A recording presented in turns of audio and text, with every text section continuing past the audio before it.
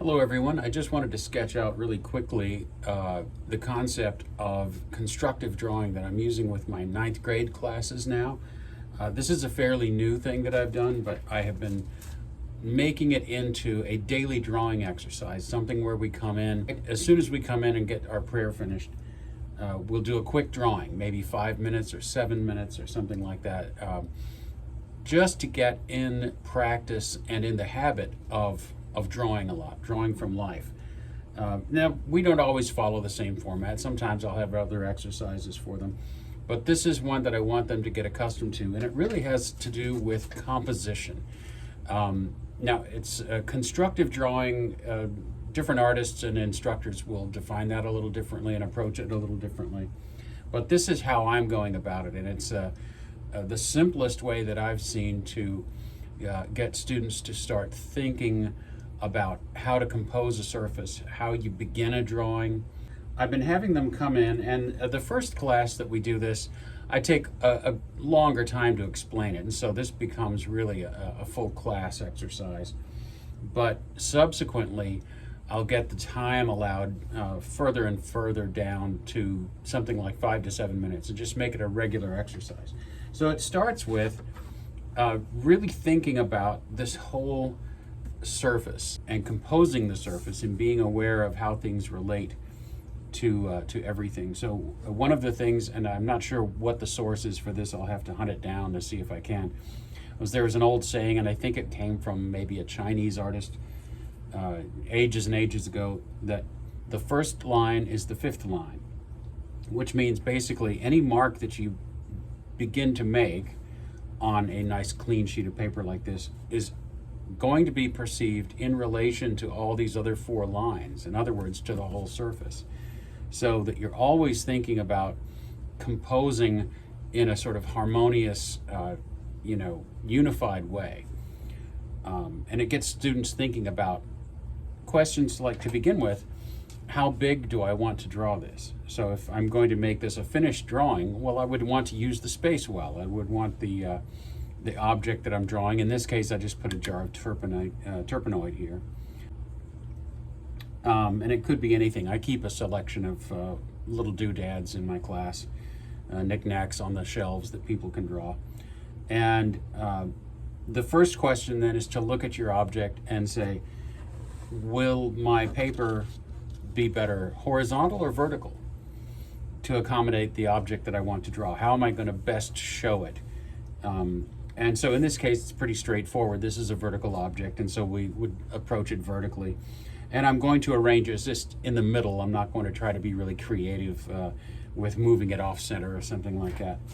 So the first question the student needs to ask in this is how tall do I want to make this object? And at this point, we begin by only making some small marks. And I like to tell them that you're not even really drawing, you're just making a map for where your drawing is going to go, so that they're a little less intimidated about drawing if they're new to it. So let's say, for instance, I'm looking at this bottle, and I say, on my paper, now, to represent the height of the bottle, I'm going to say, well, I really want it to start here, and I want to make it about this tall.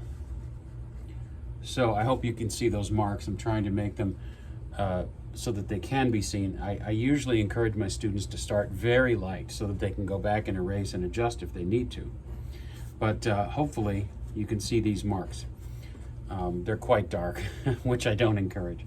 But so this represents the height of the bottle. So starting with that, then I can move on and construct around that. Another thing that I encourage them to do, and you don't have to have a ruler to do this, but it might help, is to say, well, I'm going to draw a center line, since this is a symmetrical object, and this is just sketching it out, to give me an idea about how to get this balanced well. And this is something you can always erase later, in fact, all of these can. So the next thing would then be to look at my subject and say, okay, based on how tall it is, how wide do I think it would be? And then just make a couple of marks. So now you have basically something that you can construct very lightly a bounding box, basically a border of the size of your object. And once again, I hope you can see this well. I'll try to adjust it so that maybe it'll be enough contrast for you to see it. So there's a box representing the whole height of the bottle. And looking at this now, I'm thinking it might be a little too narrow. So in that case, you're always looking back and forth between your drawing and your object all the time. That's another thing I talk to my students about and encourage them to just get in the habit of looking back and forth and making comparisons. So I'm just going to adjust this now by making it a little bit wider than I did initially. And I might be right, I might be wrong. At this point, we're just taking our first best guess. And then I'll look at something like, how far down does that bottle cap go? And make a little mark for that. You'll notice I really haven't drawn anything yet. I'm just making little marks to basically to map out landmarks. And then I can start thinking about, let's see how wide the neck of that bottle might be. And now for the first time, I'm going to actually draw out some marks that I think might be fairly accurate, like this. Now, the sides of the bounding box that I drew before can stand in for my drawing now. And then I can look at the bottom and say, okay, this is curved at the bottom on the edges, and try to do my first best guess there. And then also, of course, it curves down this way because of perspective.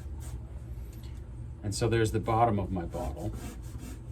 But basically, through the whole process, at every step, they're looking at what they have, looking at the object, and then making changes. So erasing, making adjustments, moving lines, changing angles, that's all part of it. So I really encourage them not to get too hung up on staying with what they already have simply because they've already drawn it. So I'm going to draw now the width of the bottle cap, and then that has a little bit of a curve to it too, although not as much. And at this point I can see some changes I'd like to make. I don't think the bottle is wide, the bottle cap is wide enough or tall enough, so I'm going to change that, which means I need to bring this neck and the sort of shoulders of the bottle down a little bit to accommodate that, which means I need my handy eraser. So this is definitely an exercise where they want to keep an eraser handy, because success in this exercise means making changes. And I like to show them a few images from great drawings by Leonardo, Michelangelo, that where you can see in their sketchbooks that where they have changed the lines of an arm or a hand or the neck or the cheek of a model, and you can see where they have adjusted. So even Michelangelo and Leonardo had to make changes and adjustments to get their drawing correct. So even the great masters have to be open to making changes. So this is a very quick idea of constructive drawing. Basically, of beginning with asking yourself questions. How tall is it first? How wide is it? And then what are the proportions within this whole bounding box? Like how tall? What's the proportion of this cap to the rest of the height? And it takes a lot of guesswork at first, observation, changes and adjustments. But then if you get in the habit of that, if they come in and they draw for a few minutes like this every day from some object that's in front of them,